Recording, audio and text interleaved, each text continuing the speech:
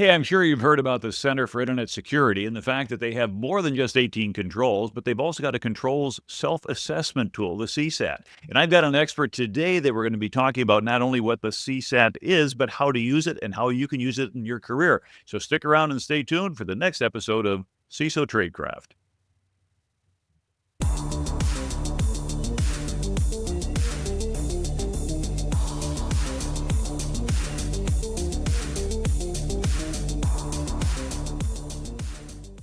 Hey, you've heard us rave about CruiseCon, and now is your chance to join the next one, CruiseCon West, from October 2nd to the 6th, sailing out of Los Angeles. It's not just a tech conference, it's a floating mastermind featuring top voices in AI, cloud security, leadership, and even luminaries like the CIA's former CISO and a former team lead from Israel's elite Unit 8200. But the real magic, the connections you'll make. Visit cruisecon.com and use code TRADECRAFT10 for 10% off. Don't wait, spots are going fast. Well, hello and welcome to another episode of CISO Tradecraft, the podcast that provides you with the information, knowledge, and wisdom to be a more effective cybersecurity leader. My name is G. Mark Hardy. I'm your host for today, and I've got a special guest, Scott Gicking, on the call, and we're going to be talking about the CIS CSAT. We'll explain a little bit more about what that is, what it means, and why you should be involved in this potentially as a CISO. So first of all, Scott, welcome to the show. Thank you, G-Mark. Appreciate it. Now, we met, a couple of years ago, 2-3 years ago, as part of an advisory board for Red Canary. They had invited some industry CISOs to participate, and we had a couple nice get-togethers, one in San Diego County and one over in Hilton Head. And I think we caught up with the one in San Diego where we did some fencing, as I recall. Correct. And, I made it first round, but I didn't make it past that. I don't remember how well you did on that one. I don't remember either, which tells me I probably didn't do that well. Yeah. We only tend to remember the victories in life, not necessarily the defeats. It seems to be how our selective memories work really well. When ironically, we should be remembering our defeats, because that's what you learn. Yeah, you don't learn from success. And as they say, countries don't improve because they win wars, they improve because they lose them. And then they figure, okay, this is what we did wrong. We have to fix it. And the same thing in the cybersecurity world. So tell me a little bit about yourself. Obviously, you had worked as a CISO, your background. I tell people you come out of central casting from Hollywood as an action figure, looking like you should be a Dirk or something like that, or some sharp guy. For anybody who's listening on the show instead of watching the show, you got to go check out on YouTube. He's a good looking. Thanks, G-Mark. So my career actually started in the FBI. Mm-hmm. So I was in the FBI for 27 years. And initially, I was hired as a CPA.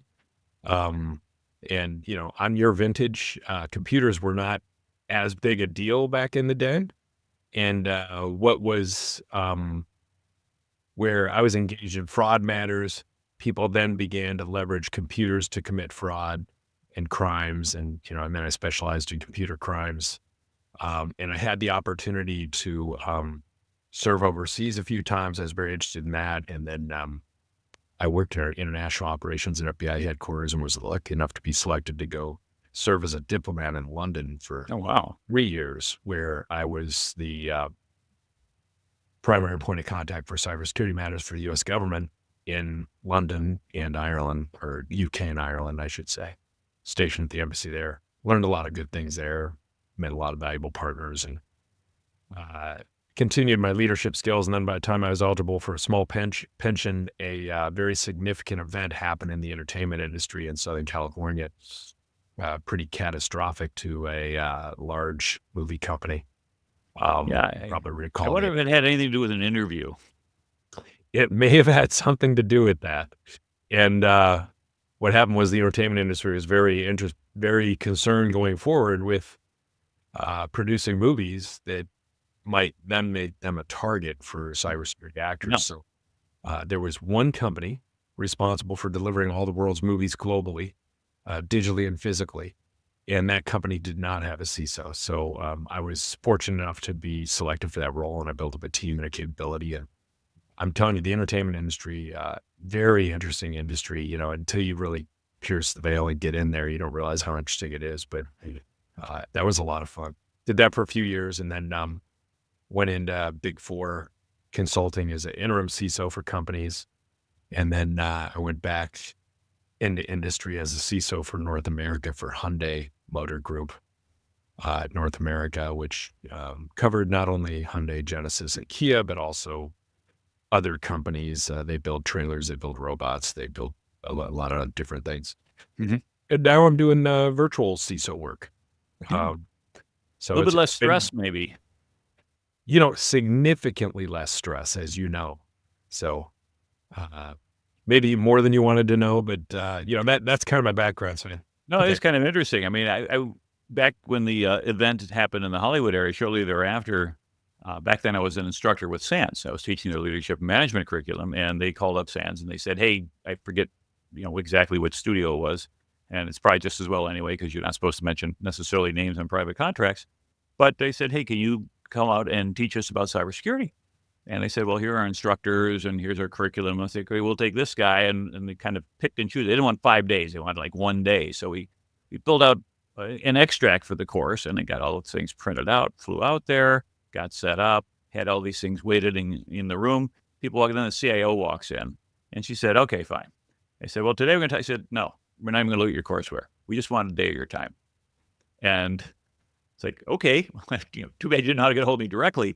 But the idea, we never even cracked the books. It was just a matter of saying they wanted somebody who'd been doing this forever to say, what about this threat? What about this countermeasure? What about this action? And things such as that. And it was kind of very interesting.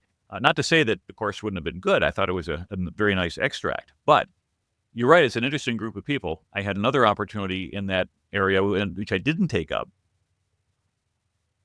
where this is probably 9, 10 years ago, back in the early days, or I say early days of crypto. Of course, now we've been doing this for quite a few years, 16 years, but fairly early on, where they're going to come up with their own cryptocurrency and their own coin that is be used for funding movies and things such as that. And people could earn their coins by going to certain things. And they needed somebody to do all the security for the infrastructure on that. And we took a look at it and said, we'll pay you in these coins. And I'm thinking like, can I get paid in dollars? Maybe get paid in the time. Even getting paid in Bitcoin was sort of an uncertain thing. It would have been nice to have collected a Bitcoin paycheck when it was $800 and then yeah, have them show up a little bit later at $80,000. But as it was, it didn't go anywhere. So it's a different environment there. But today, most of us are dealing with different types of challenges than trying to understand the world in Hollywood. And the reason I asked you to come on the show is that in our conversation we had last week when we caught up, we're talking about something called the CIS CSAT. And so the controls self-assessment tool, let's back up a little bit for a moment and said the CIS, Center for Internet Security. So are you familiar with the background or how it got started or how it's funded? I believe it's a nonprofit that was Yes, it established in is. 2000, and about the year 2000, and they help establish standards across the industry and develop frameworks, and I've found them very valuable. They're also California Privacy Act requires that companies show that they're binding their security to the CIS framework. So Mhm. uh, it seemed like as a CISO for companies, it's a good framework to follow, put you in a defensible position. But I could let you expand on that more. I'm sure you know a lot more about Well, it's CIS. interesting. I mentioned SANS. Tony Sager, who had been with SANS for a while, he had spent 30 plus years at the National Security Agency, is now the Senior Vice President and Chief Evangelist for CIS. And so the CIS controls, of which probably most of us are familiar with, they used to start as the SANS 20, and then the SANS Critical Security Controls and the CIS Critical Security Controls. They dropped the 20 because then they dropped the number down to 18, and they didn't want the number to be limiting or dictating what it is that they can do. But you're absolutely right in terms of being a very valuable resource. They are a nonprofit. And there's also an awful lot that if you become a member and you could download guidance for how to configure different operating systems, different equipment and things such as that to best standards, which really answers one of the questions that if you have something set up, if let's say you're a smaller enterprise and you're not funded well enough to say, I need an ISO certification because that's going to cost you some money, or I'm going to go ahead and get a SOC 2, well, that's going to cost me some money. And I might not have that, but I could still go ahead and use these CIS guides. And they're going to allow me to go ahead and achieve a level of excellence in my security configurations based upon the experience and the consolidation of all this information. And so that kind of brings us here to the CSAT or the CSAT and your experience with that. So if you can, again, we're not selling anything here. Obviously, it's a nonprofit anyway. But tell me a little about what led you to say, hey, this might be a good resource. And then once you started looking at it, what made it work for you? So there were several things that made it stand out. But what happened was I was at a client that had, I'd say they're maybe a small to medium enterprise, or maybe medium size. And I think they're less than 100 million in revenue. And they have one security resource, somebody that just kind of started in security that branched Mhm. out networking. And they were concerned, about their security going forward and wanted to see about, bringing me in to help them with their security posture. And so, like I do this with clients. I also do it when I take on a new CISO role is I want to understand the environment when I come in. And I, told them, I think it's, critical that we understand your environment so we know how to develop it moving forward in a prioritized way. And, as well as many others on the call or cast here, that, you leverage frameworks. And you leverage frameworks because it's a defensible position. It's proven, it's prioritized, it's effective, it's comprehensive. As opposed to, well, how do people sign on? What's your password requirement? I mean, what do you grab, right? So you leverage the framework. The CIS control framework is prioritized based on number. So, the closer it is from 1 to 18 being Mhm. prioritization, and then the level of maturity you are in each of those control areas. So when I sat down to figure out, okay, how are you guys currently operating? What frameworks are you leveraging? They were leveraging the NIST framework, which they mapped to CIS. But they did have an interesting tool available that came with their CIS Pro membership. I think it's Pro membership. Mhm. And they said there was a CSAT tool that maybe could help us assess the environment. Well, I found out. So, in my experience, generally when you're doing an assessment, whether it's in this CSF or ISO 27001, is you got spreadsheets and you're going through and you're saying, okay, well, are we doing this control? How effective are we? Let's measure it. And you're tracking it all on a spreadsheet. And then maybe somebody, made the spreadsheet. So now it's pulled down. So that's kind of cool. But what CIS did is they made this into a software package where, yeah, it is pull downs. You go to each of the controls. You determine whether you're using IG 1, 2, or 3, which is the levels of controls. And then you measure each of the controls, the maturity level. And when you do it in their tool, you can come up with um, a high level assessment across the environment, across the 18 controls. You can have a single score, your comprehensive average score. You can compare that against industry. You can, measure that over time. You can do one that looks at each of the controls. So it looks 1 through 18. And, when we got through with this assessment, we looked at it and we said, okay, some of these are red, some are orange, yellow, green, and bright green, indicating level of maturity, right? You want to get to bright green if you can. And so you look at the dashboard and you say, okay, I'm looking at the 18. Wow, it's kind of concerning that we got a red one near the front there. I like it. They kind of make it, idiot proof. You're like, well, I guess that's the first one we need to look at, right? So it's kind of cool because if you go in and you assess the environment, you sit down with the control owners, you understand whether or not they have a policy. Do you have a control? Do you have automation? Do you have ongoing reporting?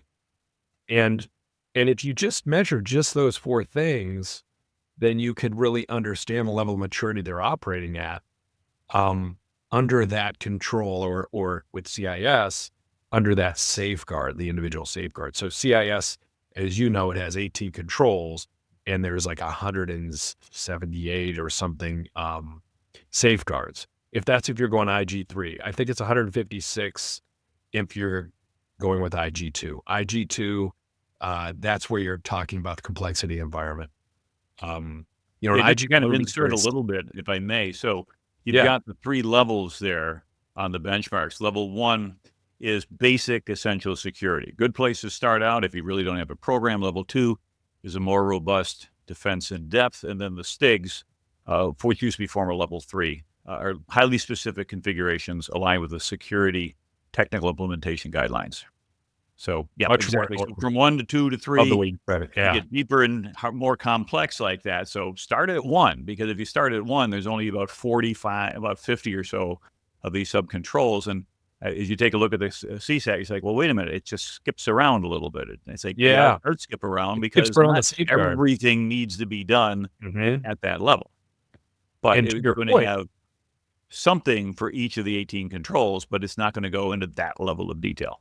right. And to your point on the prioritization, like, what do I start on first? So you do an IG1 assessment across the controls, and then you look at it. And then if this is a complex environment, a company with multiple departments, all that different stuff, then ultimately you're going to want to do an IG2. So then you can look across the environment and figure out what else do we need to look at from a prioritization perspective. But the thing that was really good about the tool is not just the visibility, and it generates executive level reports, like it'll do graphs and this and that, and you can determine what industry you're in, compare yourself against peers. And the reason I bring that up, inevitably when you're dealing with executives and you're measuring the maturity of a company's cybersecurity capability, the executives want to know, well, how are we doing compared to our peers? Now, I always try to inform them, you have to remember your peers are not where they want to be. So don't think like, oh, we're equal with our peers, we're good, or we're above our peers. Man, we must be great. Yeah. It might be you just suck less than, but everybody's still in pretty bad shape. But it is relevant. Like, from a budget perspective, they need to figure out how much they're going to spend, how bad shape are they in. So, okay. And so I like to use the tool because it gives that benchmarking, and it gives it per control area, which, is dynamite. And then what the tool also does, it gives you the ability to assign to control owners doing the assessment. So I can go, if you're doing the IG1, it's the 56 controls, whatever the heck it is. I can send to the control owner that's responsible for software inventory, okay, please provide me, the assignment will be to him, is whether or not you have a policy control, automation or reporting, and then provide me detail related to that area, and then attach it to, your assignment. And it'll come to me in the portal.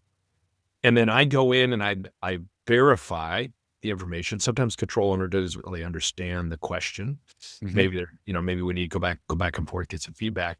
But ultimately I verify their assessment of that safeguard, and boom, now I understand that particular safeguard. I move on to the next one, the next one, the next one.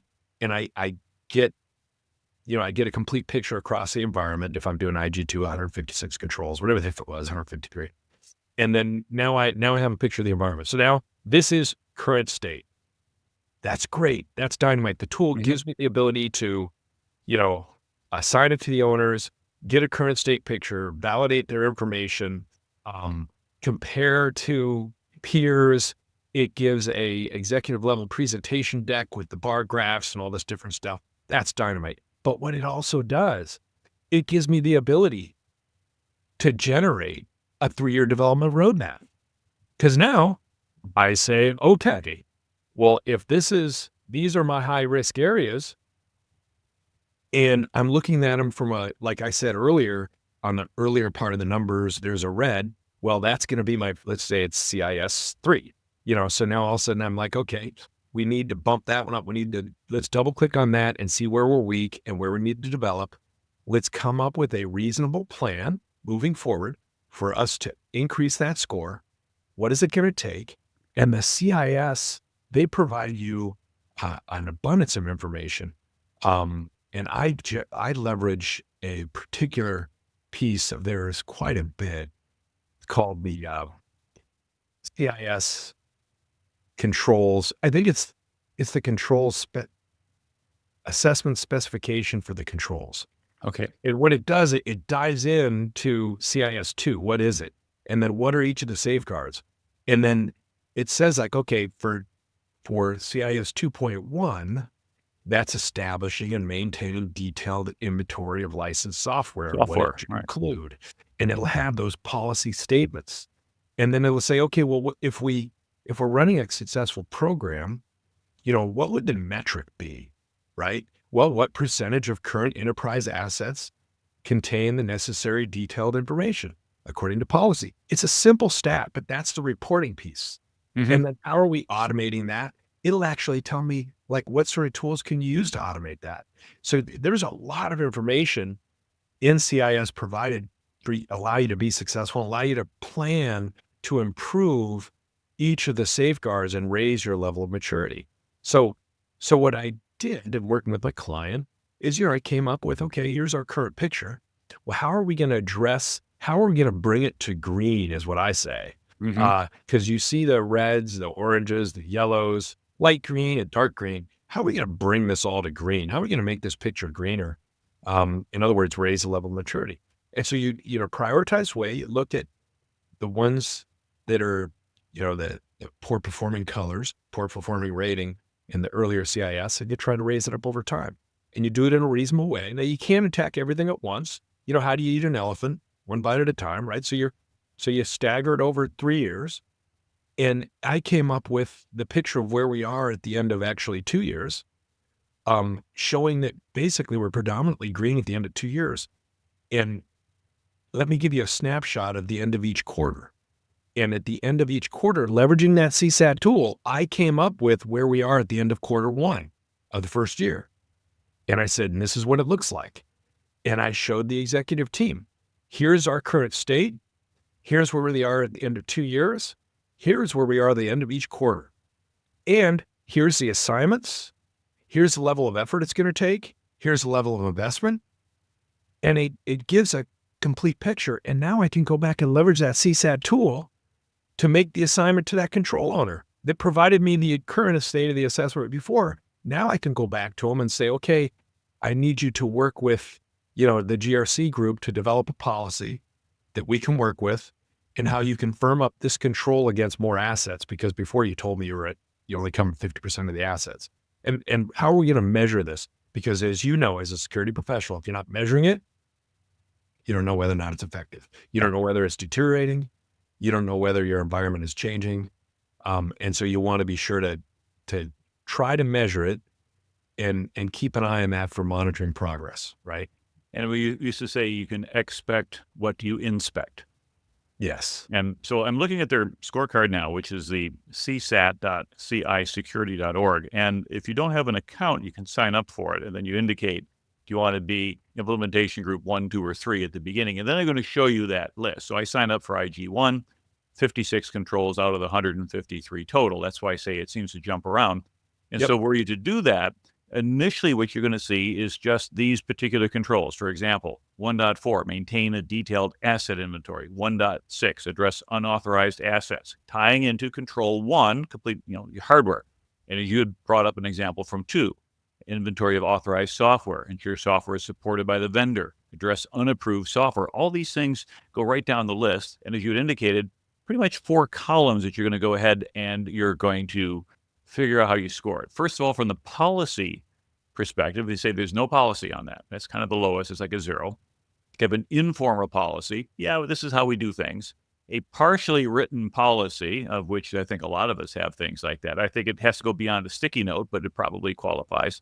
If you've got at least pen to paper or fingers to keyboard, a written policy, and you'd think you'd be done. But no, it has to be an approved written policy to get to the 5 at the very top, because I've worked with clients where I've had some draft policies that have been ready to go for a long, long time. It's just they get kicked back, they've been put to the side. It's like, okay, they're ready when you're ready for them. When we look at the policy, then we can end up with a score, and we can say we could do pretty well on that particularly. And then we'll say, okay, it's been assigned. How about the control implementation? Is it not implemented? Is parts of it implemented? Is it on some systems? Is it on all systems? Or most systems, or on all systems? And if we say, yep, that's good. And then the fact that you have the control isn't enough. Is it automated? Because that's why things don't happen if they're not automated, because I thought Charlie was doing it. Well, I thought you were doing it. And then it doesn't get done. But again, parts of the policy, some of the systems, most of the systems, all of the systems. And then just because it's a policy, we've got a control, and it's automated, how do we know? So the last column then is the control reported. And if parts or some or most or all the system reports back, then I'm able to go ahead and say, okay, good. I am able to go ahead and figure something out. And so now I can then go ahead and figure out what should I be able to do with this. Can I assign this to some particular person? You say track it till it gets completed. And then, of course, the real trick is to validate it. Much of what we tend to do is be self-congratulatory when we have these self-assessments. CMMC, Cybersecurity Maturity Model Certification, which is appropriate for organizations that want to do business with the Department of Defense, and that may expand, by the way, to other elements of the federal government. We'll see where it's going, but DoD said, hey, we'll do this first. It has 3 different layers or levels that you'll certify to. And the first one, we're back and forth. I signed up in the CMMC ecosystem very close to the beginning, did all the testing, did all the qualifications, registered practitioner. We figured, okay, great. The hard part was they said, hey, doing this level 1 stuff for a small company, which is really only needed for federal contract information. So you make paper clips for the Defense Department. Not really any classified secrets there, but you still have to deal with billing and account numbers and things such as that and who is the buyer. So yeah, that gets covered to a certain extent. But they changed that from version 1 to version 2 to go from, oh, you have to have an inspector and a auditor validate it, you can self-attest. And that's huge because the cost of hiring an auditor and bringing somebody in there was considered to be kind of extensive as compared to a self-attestation. Now, the real trick is for us as security professionals, don't cheat. Of course, you could go through and said, yes, I do everything. I did my 50 pull-ups this morning. I went ahead and I ran my 4-minute mile. And then after that, I lifted tall buildings with a single bound, or all the other things that we tend to do and say that we did. But ultimately, what we want to make sure is that we assess our overall risk in a way that we, as you would say, communicate it to either the client, or for us, it might be the board, or just even our reporting senior, whether it's a CEO or a chief operating officer or CIO, to whomever you report. If you can show measurable progress, that's also very helpful, because if you get to the point where you realize that you're going to need some more resources, hey, I can't automate this without a tool, then now you've been able to show we have made this progress and we're going to be stuck here unless I can acquire this to get me over. Now, you don't want to spring that at the last minute, but it really does help, I think, to show measurable progress that you're moving in the right direction, because as an executive, I'm much more willing to write a check for a successful operation that has a history of accomplishment than someone who walks in the door and said, oh yeah, I'll get all this thing done for you in 30 days or 60 days or 90. But here's a question for you. You'd mentioned doing this quarterly over a couple of years. So this isn't a sit down and knock it out on a Friday afternoon type exercise, is it? Well, certainly the assessment in the beginning, takes a period of time to accomplish. And you brought up something earlier, make an honest assessment of yourself. And that's one thing you need to make clear, when you're dealing with IT professionals.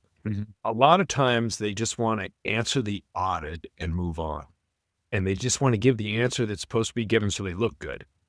And one thing you need to make sure you're doing when you're assessing the environment from a cybersecurity perspective, I need an honest understanding and assessment of the environment. So when you're sending these assignments to the control owners, when I work with the clients, I'm sure to either meet with all their professionals ahead of time or the security representative to tell them, hey, just so you understand, this is not an audit.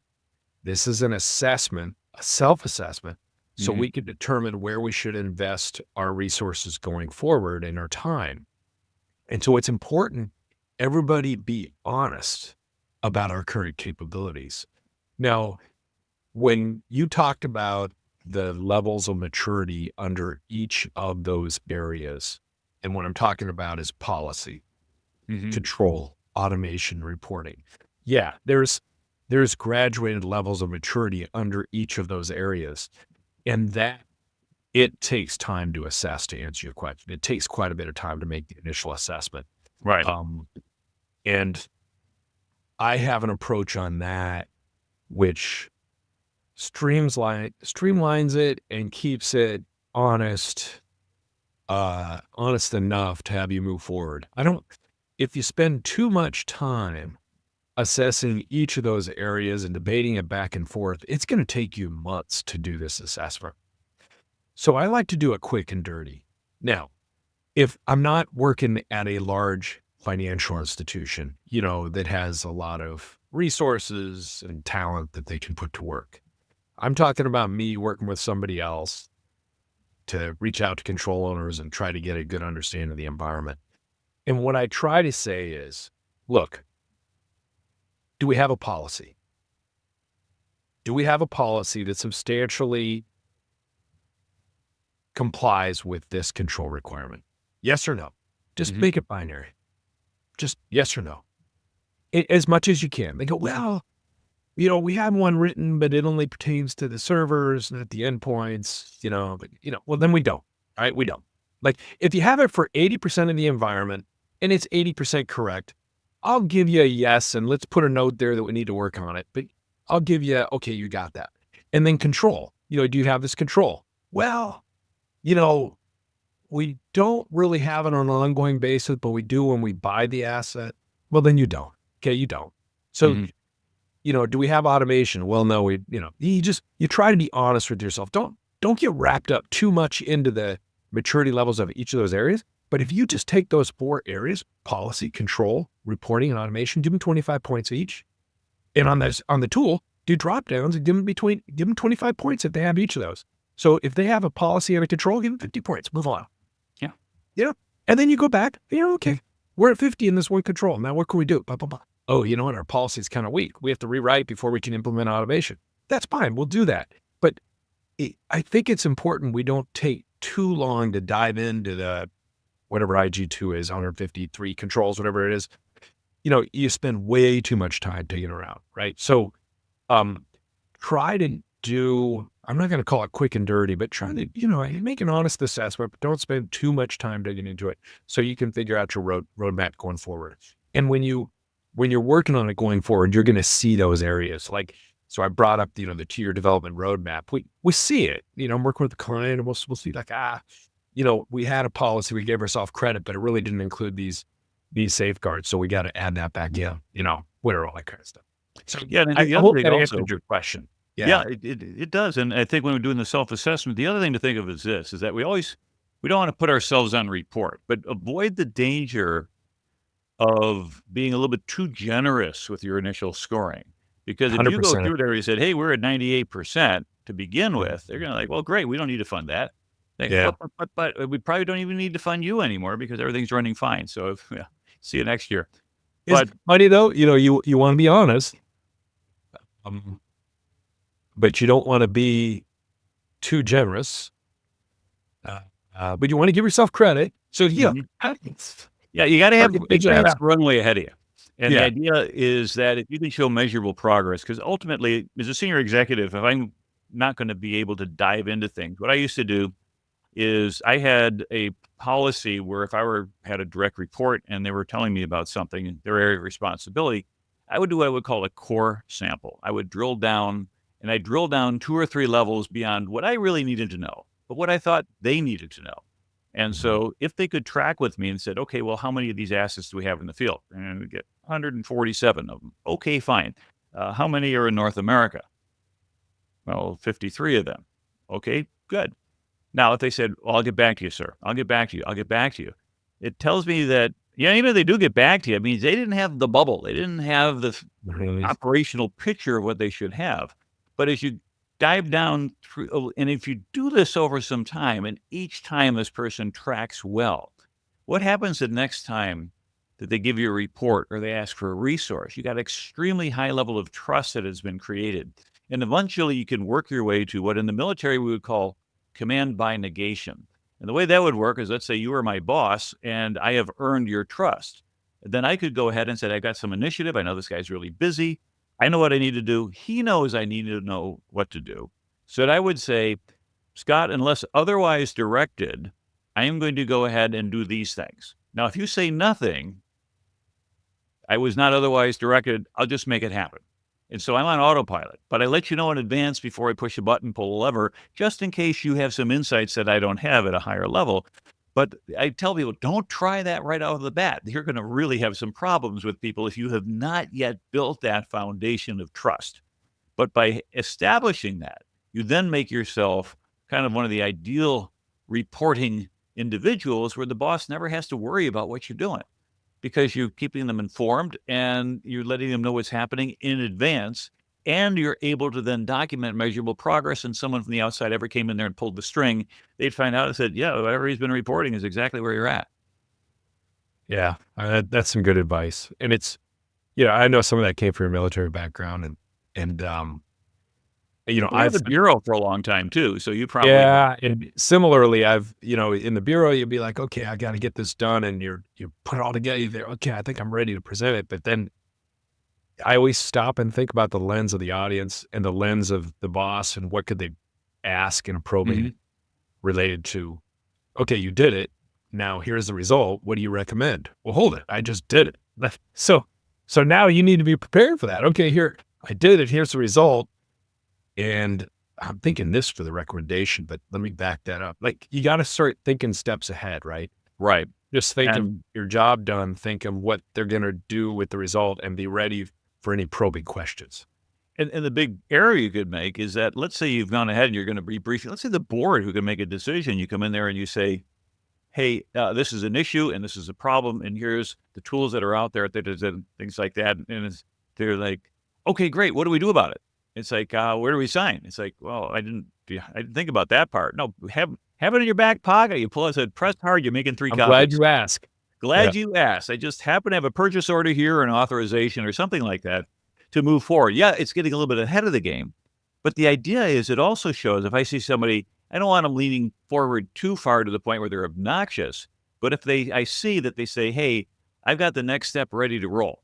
We're not ready to do that yet. But when we get there, here's what's happening next. So when we do achieve that, if there's a very big distraction going on, hey, we're dealing with tariffs or something like that, and it's like, okay, fine, yeah, that was already in my mind. I already saw that a month ago. That looked good. Then off you go. And ultimately, your goal is that you want to be believable, credible, and trustworthy. And if you do those things, and then of course reliable probably fits in there as well, you end up, I think, being a much more valuable resource to your organization, as well as most likely creating that type of working relationship with your boss that, for me as a boss, is what I've always wanted out of somebody that worked for me. 100%. Absolutely. Yep. So going forward then, if we say, hey, this makes sense, as I said, you can go to the CSAT. They also have a business impact analysis tool, a BIA tool that you could do out there. And you can sign up also for that separately. It's a ransomware business impact analysis tool. And I'm looking at that right now.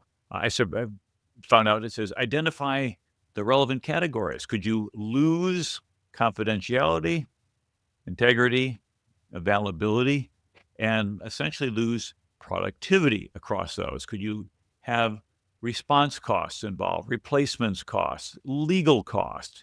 Could it impact your competitive advantage?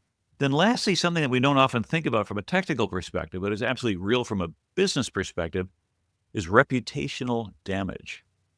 And it used to be, when ransomware first came out, or even breaches or problems and things like that. I remember when California Senate Bill 1386 was passed way back when. I think it was State Senator Feinstein who had advocated for that, where banks, if they had a breach, had to notify at least every resident in the state of California that had that. And there was a bank that I think used to drive around a stagecoach, we won't mention the name, that ultimately ended up being the first company that ended up having to meet those reporting requirements. They didn't fine you, but the fact that you had to notify your customers that you screwed up was a big deal. And then other banks would take out ads saying, we don't screw up. Why don't you bring your money to us? Today, that reputational damage, I think, is muted by what I call breach fatigue. And you probably heard that term from other people as well, where it just goes wrong over and over again. We used to joke, we said, hey, if I had a $100 bill for every time I was breached, I'd be retired by now. And then when the Equifax thing went through, it's like, hey, you will get a $100 bill if you sign up. And not too many people sign up. Well, I guess a lot of people signed up, and I eventually got, I think, $1.11, which is what was left after attorney's fees and costs. Like, okay, fine, maybe I can get most of a cup of coffee there. But the idea is that reputational damage seems to have been muted a little bit over time by the prevalence of it happening. And so just kind of a little bit tangentially on that, but let me get your thoughts as a former law enforcement professional and as a security professional. Do we just go, yeah, if I take a reputational hit, so what? Or does this still really matter? And if so, does that give us leverage with the board to help finance our programs? Yeah, I think it's carrying less and less weight, Mm-hmm. and I think it's actually affecting the profession. I think in the last couple of years, the CISO profession has taken quite a hit, and I think it's because companies are, I don't want to say realizing, but believing that a reputational hit is not as significant as they had thought years earlier, and it's happening everywhere. And so why do they really have to make this investment in this area? And even financials, they may say, yeah, it's a regulatory fine, but the fine costs less than the remediation. Right. So And it's the ultimately, cost of doing business. yeah, it's a business decision. And, Yeah. it's a tough market. We didn't talk about that during this podcast, but you and I talked about it before. It's a tough market right now for CISOs. And I see that when they're posting roles, the salaries that they had once listed now are coming down. And there's so many people that want to be CISO, they're grabbing it. And, we'll see, what results if companies really need to make the investment for a solid experienced CISO or not. And we used to talk about that when I worked up inside the Beltway, is you get somebody comes out with a government or a military pension, and they've already got a baseline of $50,000, $80,000, $100,000 a year coming in just by being able to fog a mirror. And so now if your job is paying this, they said, I'll do it for 10K less. I'm still going to live better than if I Okay. only had that. And it tended to keep a moderating effect on the salaries, at least at that level anyway, in the DC area. And my experience has been, it still does, because I work with companies that do hiring up there. And you get to other places such as New York, where you don't have that much of a factor, and you'll see significantly different numbers that take place. But it's not all about the money. It's ultimately, I think, for some of us, about the scope of responsibility, the impact that we can make, and the benefit that we can bring, not just to our employer, but almost society in general. Absolutely.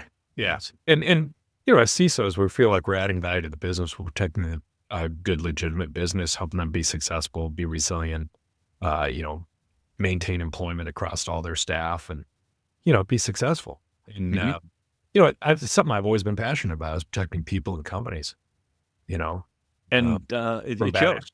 And that's why I've enjoyed getting to know you over the last couple of years, and hope to be able to continue to do so. So as we wrap up the show here, any last thoughts that you have? And also, if someone says, hey, I like this guy, I want to hear more about what he has to say, how do they get a hold of you? You can get me at Scott at GickingandAssociates.com. Okay. Just email me. .com at the end, right? Okay. Yeah. So you're not on Ascension Island like .ai or .io, the No. British Indian Ocean territories, but you're going to be the real life .com. So Scott at GickingAssociates.com. Or, Scott Gicking on LinkedIn. So Yeah, everybody's on LinkedIn these days, Yeah. as well as CISO Tradecraft. So if Yep. you're not following us on LinkedIn, if you're out here watching or listening to the show, please do so. We got a whole lot more than just podcasts. We also have our Substack newsletter. We have little shorts that we come out as well. You can get transcripts from our episode. Plus, we're pretty much evergreen. So you can go back and look at the last 220 some odd weekly episodes and see who we've had, which is a lot when you think about it. We've been doing this for quite a while, and I'm always glad to have somebody on the show that I think knows their subject well, is reputable, and can provide some insight to our audience. So Well, I appreciate the opportunity, and I really respect you a lot. I was listening to your podcast before I met you, and all of a sudden I heard your voice in the room, and I was like, oh, I know that guy. it's the guy with the face for radio. There you go. Okay, well, thank you very much, Scott. For our listeners out there, thank you for being part of CISO Tradecraft. We appreciate that you are dedicating some of your time to improve your career. And if you can, let it be known to other people in your career path where you get your secret information, because there's no real secret to CISO Tradecraft. We're here for you. So I'm your host, G. Mark Hardy. Thank you very much again for staying tuned. And until next time, stay safe out there. Okay.